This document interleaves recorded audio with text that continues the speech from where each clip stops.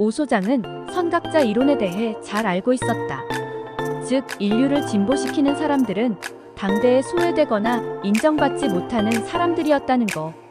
그것은 지금도 마찬가지일 것이다. 예컨대 동물보호운동가들, 성소수자들은 현 시대에는 인정받지 못하나 후대의 선구자나 선각자들로 인정받을 것이다. 대중음악으로 치면 록그룹 산울림이 그러했다.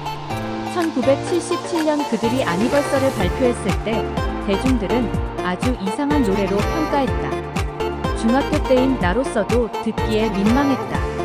하지만 산울림은 매니아층을 상대로 성공을 거두었고 현재 대중음악의 교과서적인 뿌리가 됐다. 동성애나 변태 SM로 배척받는 사람들도 지금까지는 차별과 무시를 당해왔지만 후대에는 다른 성 정체성을 가진 하나의 소중한 인간으로서 존중받고 인정받을 날이 올 것이다. 내가 옛날에 한 유명한 정신과 여의사한테 직접 들은 얘긴데 지금의 아웃사이더들은 말 그대로 OUT, 즉 바깥으로 SIDER, 범위를 확장시키는 깨어있는 사람들이라고 했다. 비록 지금은 소수지만 아웃사이더들이 당당하게 인격과 권리를 존중받고 대중화되는 민주적인 세상이 빨리 오기를 기대해본다. 왜 사냐고? 하는 말 들을 때가 있지. 그런 골치 아픈 질문하지 마. 내가 사는 이유 알아서 뭐 하게? 그냥 하루하루 순리대로 사는 거지 뭐. 부귀영화와 명예 등 성공을 위해 사는 사람들에겐 이렇게 말하고 싶어. 성공하면 바쁘기나 하고 안티들만 많이 생겨. 앞발이처럼 성공하려 할 필요가 있을까? 반대로 세속을 등지고 성직자처럼 사는 사람들에게 하고픈 말은 깨달아서 뭐하게? 돌을 닦아서 뭐에 쓰려고? 평범하게 사는 게 최고야. 자기 하고 싶은 거 마음껏 하고 먹고 싶은 거 마음껏 먹고 그게 좋은 거야. 그냥 자기가 잘하고 좋아하는 일하면서 사는 거야. 싫은 사람 만나지 말고 남의 충고 같은 거 한 귀로 듣고 한 귀로 흘려버려. 지들이 나에 대해서 얼마나 안다고 충고질이야. 지나 똑바로 살라 그러지. 너무 위대한 삶 꿈꾸지 마. 자기 하나 앞가림하기도 힘든 세상이야. 만약 본인이 사회적 약자라면 사회복지 혜택을 마음껏 누리는 게 좋은 거야. 사회복지에 종사하는 사람들은 수혜자들을 위해 고용된 사람들이니까. 그들을 위해서라도 복지 혜택을 많이 활용하는 게 좋아. 남 눈치 안 보고 맘 편하게 사는 것도 좋은 방법이야. 다만 내가 이 세상에 존재해야 하는 이유 한두 개 정도만 있으면 돼. 부모님에 대한 효도라든가 약자에 대한 자비심 실천이라든가 사회와 인류 발전을 위해 가끔씩 좋은 일 하면서 살면 충분해. 왠지 괴롭고 허전할 땐 절에 가고 싶으면 절에 가고 교회 가고 싶으면 교회에 가서 마음을 다스리면 돼. 비록 사회와 인류에 공헌은 못하더라도 나만의 작은 양심을 지키며 남 피해 안 끼치며 살아도 괜찮은 인생인걸.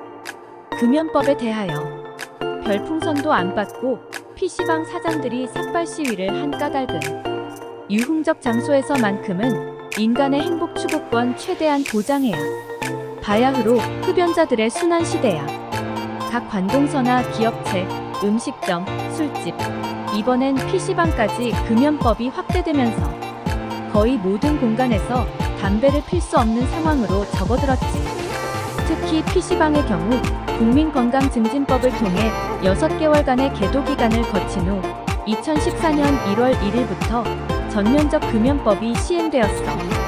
헌데 이런 흡연에 대한 국가의 전면적 개입이 PC방, 업주 등 영세상인들과 흡연자들이 2013년 기준 남성 42.2%, 여성 3.3%에겐 지나치다는 생각이 들어.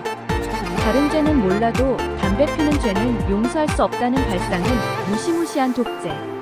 권력자의 마인드와 크게 다를 것이 없어 보이는 것은 나만의 생각일까? PC방에 오는 손님들은 게임 등을 하며 담배를 피우러 오는 사람이 70% 이상인데 PC방 금연법 시행 이후 이들이 PC방에 오는 것을 포기해. 업주로서는 급격한 매출 하락과 더불어 헌법상의 생존권마저 위협받는 지경에 이르렀어.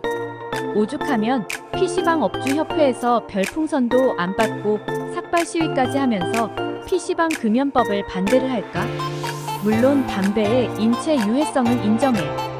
4,000가지의 해악이 있고 단 한 가지의 이익이 있는데, 이는 담배 피는 시간이 홍콩에 갈 만큼 뿅가는 즐거움과 휴식감을 준다는 거지. 이쯤에서 담배의 역사에 대해 간단히 살펴보자고. 서양에서는 콜럼버스가 아메리카 원정을 통해 인디언들이 담배를 피는 것을 보고 서양에 전파했다고 하지. 우리나라엔 1590년대 임진왜란 때 일본에서 유입되었다고 해. 이후 오랫동안 담배는 술과 더불어 인간의 시름을 달래주는 것이 되어주는 기호식품으로 애용되어 왔어. 또한 초기 유럽에서는 담배가 정신과 치료요법으로 사용되었고, 동양의한의학에서는 정신을 이완시키는 약초로 이용되었다고 하지. 그런데 20세기 들어 담배의 해악성이 알려지면서 선진국을 중심으로 담배에 대한 규제가 강화되기 시작했어. 우리나라도 예외는 아니어서 2000년대 이후 금연법이 발의되면서 여러 가지 규제 법안이 생겨나기 시작했지. 그 중에 하나가 담배값 인상인데 2013년 모당의 K의원 주도한 발상이야. 이는 담배 재배 농가와 서민 물가에 큰 부담을 주는 반서민적 법안이지. 이를 떠나 금연선, 흡연악이라는 이분법적 논리가 과연 합당한 것일까? 난 아니라고 봐.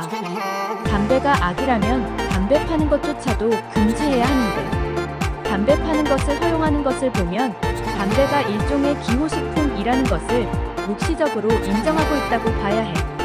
이를 근거로 헌법상 제10조인 행복추구권을 살펴보자고.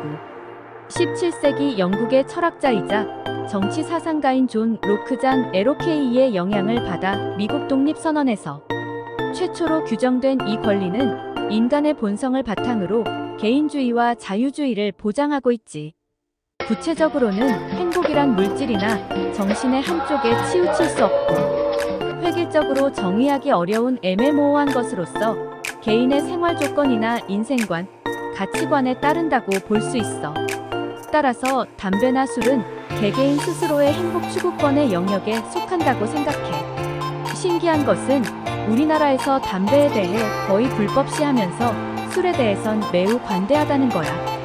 술은 뇌에 치명타를 안기고 뼈를 녹이고 간 기능을 저하시키는 한편 우울증, 불면증, 이성적 통제력 상실 등 엄청난 피해가 있는 중독성 물질이야. 그런데 술 광고를 TV에서 버젓이 하고 있다는 것은 뭔가 이상하고 차별하는 듯한 기분이 들어. 내 개인적인 견해를 펴자면 술이 담배보다 더 해롭다고 생각해.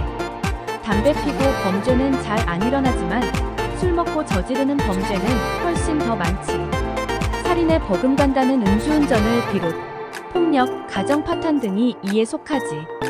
담배가 폐암 걸리는데 큰 영향이 있다면 술은 간암 걸리는데 큰 영향을 끼침을 간과 해선 안 돼. 폐도 간도 다 소중한 인간의 신체 부위야. 인간의 노동성만큼 인간의 유흥적 존재성 호모. 에펌유리언도 인간의 존재를 규정하는 매우 중요한 요소야. 적어도 사회에서 술집이나 PC방 등 유흥적 장소에서만큼은 술, 담배를 금기시하거나 불법시 않는 것이 세련된 민주주의의 구현 방식이라고 생각해. 그것이 자유민주주의의 기본 규범인 행복 추구권을 최대한 확장, 보장해주는 것이야.